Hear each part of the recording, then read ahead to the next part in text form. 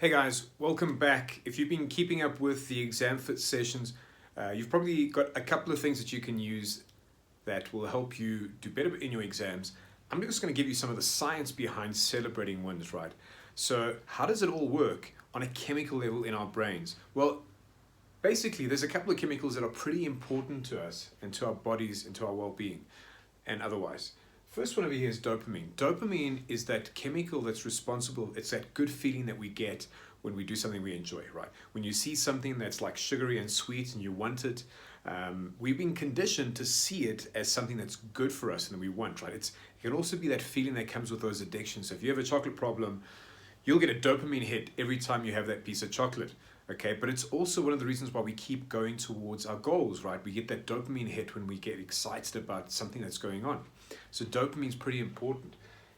Cortisol, on the other hand, is that stress hormone. Every time we're stressed out, cortisol is released in our system and it makes us like overwhelmed, confused, anxious, nervous, stressed out.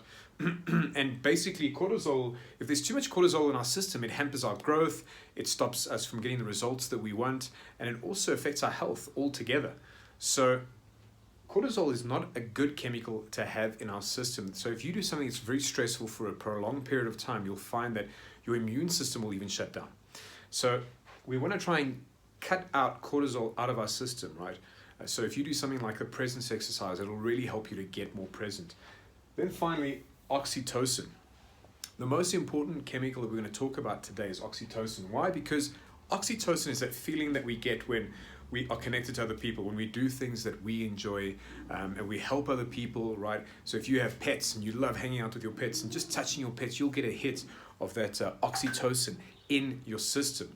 So it's a really, really powerful hormone. Here's the thing about oxytocin though. Oxytocin is really released when we are connected to other people and helping other people, okay? So if you are one of those people who really gets a kick out of helping someone else, and you've ever had that feeling of like, oh man, I was able to do something, that's oxytocin. When you see someone doing something charitable or good for someone else, even you will get a hit of oxytocin, even though you're not directly involved in it. So what we want to start doing is getting that oxytocin level up, because it's going to diminish the cortisol level and it's really going to make us feel good, and it's going to make you feel a lot more in control of your emotions before these exams even start. So what I'm going to challenge you to do is celebrate other people's wins. If you have some friends, every time something is about to go down or they have a win, celebrate it with them. Give them a high five. Say, that's amazing, well done. You'll notice they'll start feeling better. And as soon as they start feeling better, you will get that hit of oxytocin on a chemical level in your brain, right? So this is incredibly important. When you start helping the people around you celebrate wins, celebrating their wins, you'll start getting that hit of oxytocin. Okay, so that's the first thing. The second thing is this. Have you ever walked into an exam and you just, for some reason, you just cannot get into that right mood space? Your mood is like, you're not in a good space. Well, I'm going to give you 3 questions that you're going to ask yourself that are going to help you to get into a much better mood, okay? First question is you're going to ask yourself is this. What is my mood right now? Okay, you're going to ask this question 3 times. Why 3 times? Because the first time you ask it, you may not even discover what mood you're in. So you'll say, what mood am I in? I think I'm a bit nervous. Okay, cool, thank you. What mood am I in? There's that one part of the exam I'm not so sure about, so I'm like maybe a little confused. Oh, okay, cool, thank you. Ask it again. By doing that, you're able to figure out what mood you're in, okay? So ask it 3 times. Second question is this. What game am I playing? You see, we're all playing a game, all of us. Right now, if you're watching this and you were choosing to watch this, you're playing the learning game. If someone made you watch this, you're playing I just have to get through this and make sure that I've actually my mom told me to watch it, so I have to watch it, so I'm ticking a box. I'm playing the ticking a box game and making my mom happy game. You know what I'm talking about, right? That's what we're doing. Everything in life is a game. Right now, I'm playing the teaching game.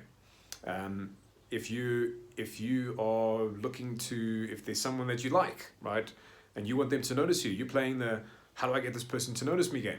Everything in life is a game, and if you start seeing learning as a game and doing well in the exams as a game, as a test for you personally, chances are you'll have a lot more fun around it. So you're going to ask yourself, what game am I playing? Okay, you're going to ask it 3 times as well.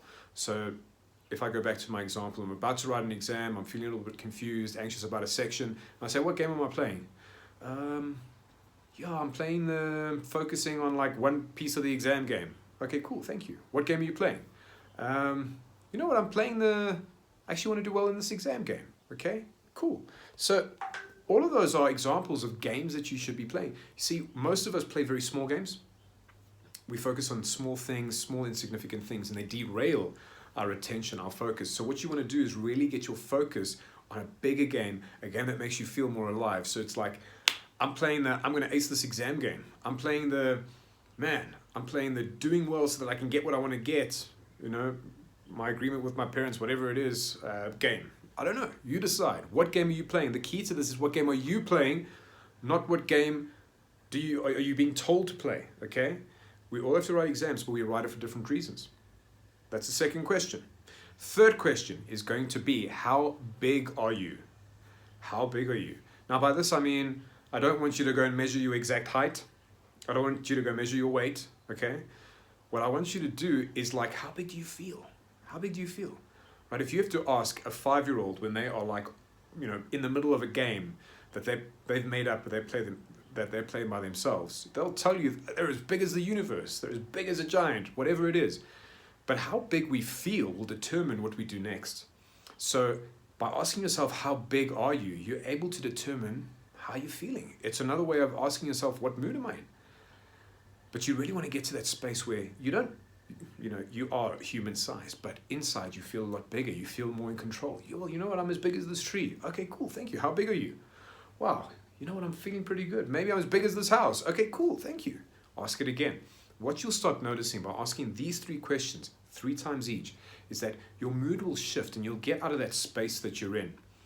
Especially if you don't like the mood that you're in, okay? So try this out before exams, during exams, after exams. Give it a try. Let me know what you think. But I hope you guys have an awesome day and good luck. You can do it. And remember, what game are you playing? How big are you? And how can you change your mood level? Bye guys, catch you soon.